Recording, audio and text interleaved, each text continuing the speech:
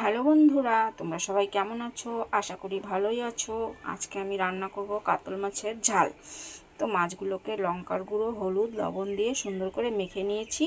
তারপর এখন এক এক করে ভেজে নিব। এদিকে আমি কড়াই বসিয়েছি, কড়াইতে তেল দিয়েছি। তো এখন তেলটা গরম হয়ে গেছে, এখন মাছগুলোকে ছেড়ে দিব। এই দিলাম, এই দিলাম।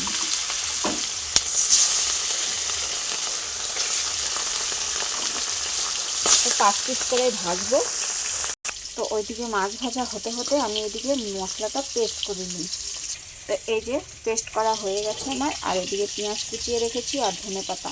মাছের ঝাল করতে গেলে এটুকুনি লাগে, আর কিচ্ছু লাগে না। তো মাছগুলোকে এপিট ওপিট করে ভেজে নিচ্ছি। তো এই মাছগুলো আমার ভাজা হয়ে গেছে, এবার তুলে নিব। মাছগুলো আমার ভাজা হয়ে গেছে। এবার তেলে জিরা তেজপাতা ফোড়ন দিয়ে এবার পেঁয়াজগুলো দিয়ে দিলাম। পেঁয়াজগুলোকে ভালো করে লাল লাল করে ভেজে নেব। তো দেখো পেঁয়াজগুলো লাল লাল হয়ে গেছে। এবার মশলা ঢেলে দেব।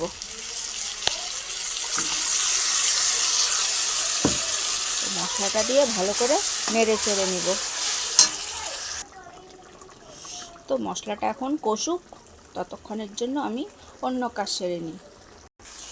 দেখো বন্ধুরা, মশলাটা পুরো কষে গেছে। এবার জল দিয়ে দিলাম।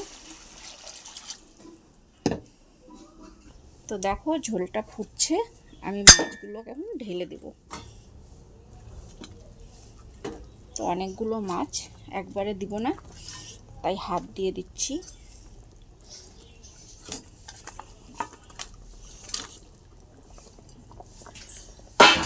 আমার গায়ে ছিটে আসলো। এখন একটু ফুটবে, তারপর ধনেপাতা দিয়ে নামিয়ে নেব। মাছের ঝোলটা আমার কমপ্লিট, এখন নামিয়ে নেব। তো আমি সবার জন্য বেড়ে রেখেছি, আর এদিকে রেখেছি রাত্রের জন্য। তো আমার মাছের ঝালটা কেমন হয়েছে অবশ্যই লাইক করে বলবে আমাকে, আমার পাশে থাকবে। ভালো লাগলে তোমরা সবাই ভালো থাকবা, সুস্থ থাকবা। আবার নেক্সট আরেকটা ভিডিও নিয়ে আসবো। ততক্ষণের জন্য টাটা।